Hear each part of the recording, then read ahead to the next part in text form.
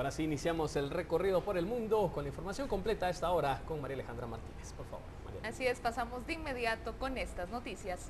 El gobernador de Texas en Estados Unidos declaró que desplegarán a 1000 efectivos de la Guardia Nacional en la frontera con México el próximo mes para combatir a criminales, a quienes los republicanos estatales responsabilizan del incremento de la inmigración ilegal de menores y familias que llegan hacia Estados Unidos. El gobernador también criticó la respuesta de la Casa Blanca a la crisis en la frontera. Rechazó los señalamientos de que Texas está militarizando las comunidades al llevar ahí la Guardia Nacional o que la tasa de criminalidad en la frontera no justifica el envío de tropas adicionales. Texas tendrá que gastar unos 12 millones de dólares al mes por el despliegue. El jefe administrativo militar dijo que sus tropas solo disuadirán y enviarán a los inmigrantes y no detendrán a ninguna persona, aunque aclaró que la Guardia Nacional podría hacerlo si se le solicita. Más de 3,000 agentes de la patrulla fronteriza están actualmente activos en el sur de Texas. El gobernador considera que la mejor manera de erradicar es mandar a 1000 elementos de la Guardia Nacional hacia la frontera. José, un adolescente indocumentado de 19 años que enfrenta a la deportación en Estados Unidos, relata la violencia en su país de origen, Honduras, y su largo viaje para llegar hacia Estados Unidos. Tengo un sobrino de que él tiene 23 años. Él ya había cuando yo me vine, él ya había estado aquí 5 años. Pues él tiene el papá y un amigo de la infancia. Y me dijo de que me viniera con él, de que iba a platicar con ellos para que me pagaran el coyote. Pues le dije yo, ok, acepto. Me vine con él, a los 2 días me dejó, me abandonó en Tenosique, Tabasco. Pues de allí estuve una semana que no sabía qué hacer, si regresarme o seguir. Pero la semana decidí tomar el tren y me vine. Como a eso de los, como 2 meses me tardé para llegar a la frontera. Cuando uno está allá en Centroamérica, allá no hay coyotes, así personas diciéndote, oh, vete para los Estados Unidos, que allá te van a arreglar papeles, te van a dar visa, etcétera. Ellos no dicen nada de eso. Uno se viene por tanta violencia que ya no soporta, escapando de eso, de la violencia. A mí me gustaría tener una familia aquí en Los Ángeles, aquí en Estados Unidos y no en Honduras, porque ahorita lo que me tiene entre Honduras y yo, lo que me tiene conectado a ella es mi familia únicamente, porque ya lo demás, el país ya como que no me llama la atención, no me interesa por la violencia, me decepciona el país. En otra información, los cadáveres de los casi 300 pasajeros y tripulantes del avión malasio que se estrelló, supuestamente abatido por un misil en la República de Donetsk, llegó hoy a Kharkov, un territorio controlado por las autoridades de Kiev. El tren con vagones refrigerados donde se guardaron los cuerpos para su conservación llegó pasado el mediodía a Kharkov, la mayor ciudad del este de Ucrania y la más desarrollada, acompañado por 16 representantes de Holanda, el país donde procedía la mayor parte de las víctimas. En Kharkov, la capital de la región homónima, hubo cierta inestabilidad al principio de la crisis en Ucrania, pero a diferencia de las vecinas Donetsk y Lugansk, que proclamaron su independencia de Ucrania y donde los insurgentes prorrusos se hicieron fuertes contra Kiev, enseguida quedó bajo control de las autoridades centrales y en la actualidad es una ciudad estable. A bordo del convoy viajaron 282 cadáveres y 87 fragmentos de los 295 ocupantes del fatídico vuelo MH17, que en su ruta de Ámsterdam a Kuala Lumpur fue supuestamente abatido el pasado día 17 por un misil. El traslado no ha estado exento de polémica, ya que Estados Unidos ha acusado a los prorrusos de manipular pruebas y cadáveres sin ningún respeto a las víctimas. El tren con vagones refrigerados donde se guardaron los cuerpos para su conservación llegó el pasado mediodía a Kharkov, la mayor ciudad del este de Ucrania y la más desarrollada, acompañada por 16 representantes de Holanda. Esta fue la noticia anterior. Ahora pasamos a Egipto, que cuando se cumplen 2 semanas de ataques en la franja de Gaza con 600 muertos, el secretario de Estado norteamericano John Kerry pidió en El Cairo, Egipto, que cese de inmediato la violencia y apeló a Hamás para que acepte un alto el fuego.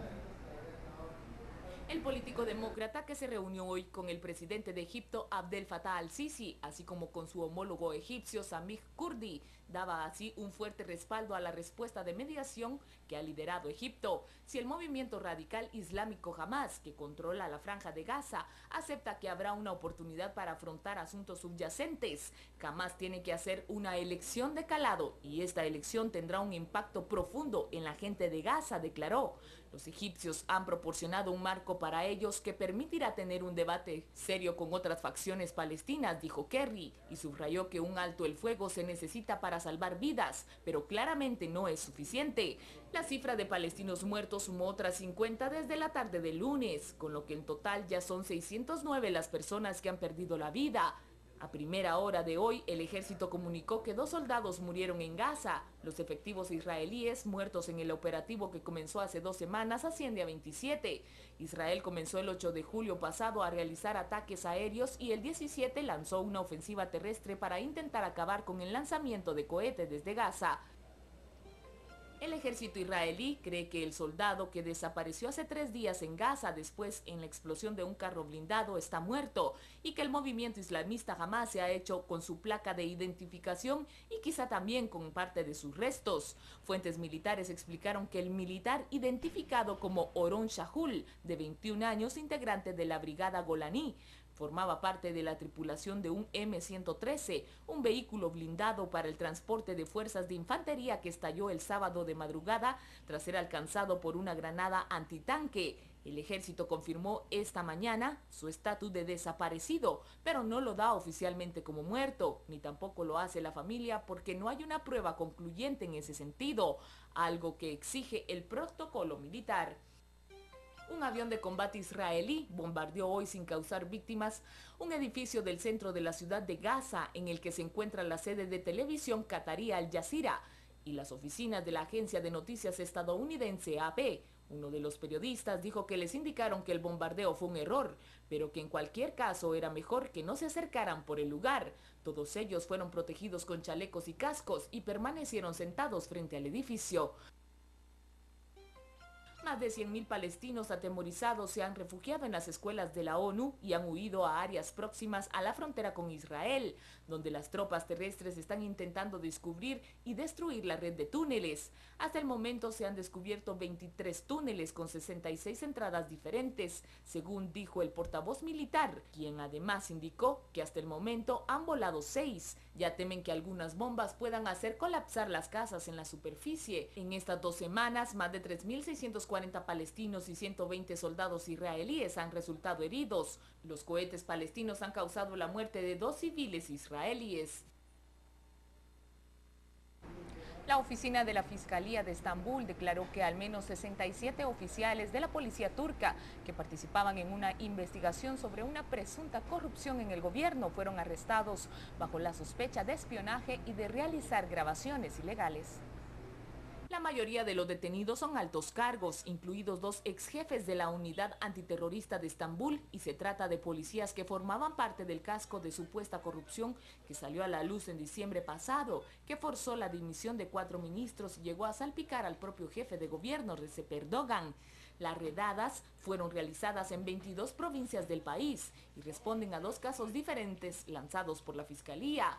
En uno se busca a 76 oficiales, de los que 52 han sido detenidos por presuntamente inventarse una falsa investigación sobre un supuesto grupo terrorista llamado Shelam Tehbid, para así aprovechar y pinchar los teléfonos de Erdogan, varios ministros y el jefe de los servicios de inteligencia. En el segundo, otros 39 policías acusados de realizar grabaciones ilegales a diputados, periodistas y jueces, entre otras personas, y al menos 15 de estos agentes han sido apresados. En otra información, Taiwán ha evacuado a miles de personas por la llegada del tifón Matmo, que ya ha desencadenado fuertes tormentas en toda la isla, con vientos y lluvias torrenciales. Matmo, que alberga vientos de 137 a 173 kilómetros por hora, se mueve en dirección noroeste en dirección a Taiwán a unos 22 kilómetros por hora, precisó el servicio. El radio externo del tifón ya ha alcanzado Taiwán y el gobierno isleño y los militares han activado los mecanismos de alerta y evacuado a miles de personas situadas en zonas consideradas más propicias a sufrir inundaciones y deslizamientos de tierra. La mayor fuerza devastadora de Matmo en Taiwán se experimentará esta noche y mañana miércoles, avisaron los meteorólogos isleños. Tras pasar por Taiwán, el ciclón golpeará la provincia oriental de Fujian, donde se han cerrado todos los complejos turísticos a pie de costa y se han paralizado las obras en exteriores como prevención, después de que otro tifón, Ramazun, causara la muerte de 33 personas este fin de semana a su paso por el sur de China. La policía surcoreana dijo que halló el cadáver de un magnate al que se buscaba por el naufragio de un ferry en abril, en el que murieron o se perdieron más de 300 personas. El cadáver fue hallado en un paraje meridional de Corea del Sur el 12 de julio. Los resultados de exámenes de ADN y cortejos de huellas dactilares mostraron que se trata de Jo Beung-yeon y no saben cómo murió. Las autoridades creen que Jo era el dueño del ferry y que sus acciones presumiblemente corruptas atribuyeron al naufragio. La policía había buscado a Jo por meses y había ofrecido una recompensa de $500,000 por información que condujera a su paradero. Más de lo que ocurre en el mundo en nuestra emisión de las 6 y 9 de la noche. Los esperamos, William. Muy bien, María Alejandra, gracias por este informe internacional de noticias. Ya está con nosotros también Carlos Roquel. Carlos ya ha preparado también el informe de las noticias departamentales. Conocemos un avance y luego de la pausa, Carlos, el informe completo. Buenas tardes Alejandra. Efectivamente hay noticias de última hora en los departamentos, especialmente en Quetzaltenango. Le diremos de esto y de otras noticias. Vamos a corte comercial, recordándole que tiene una cita con Sin Reserva.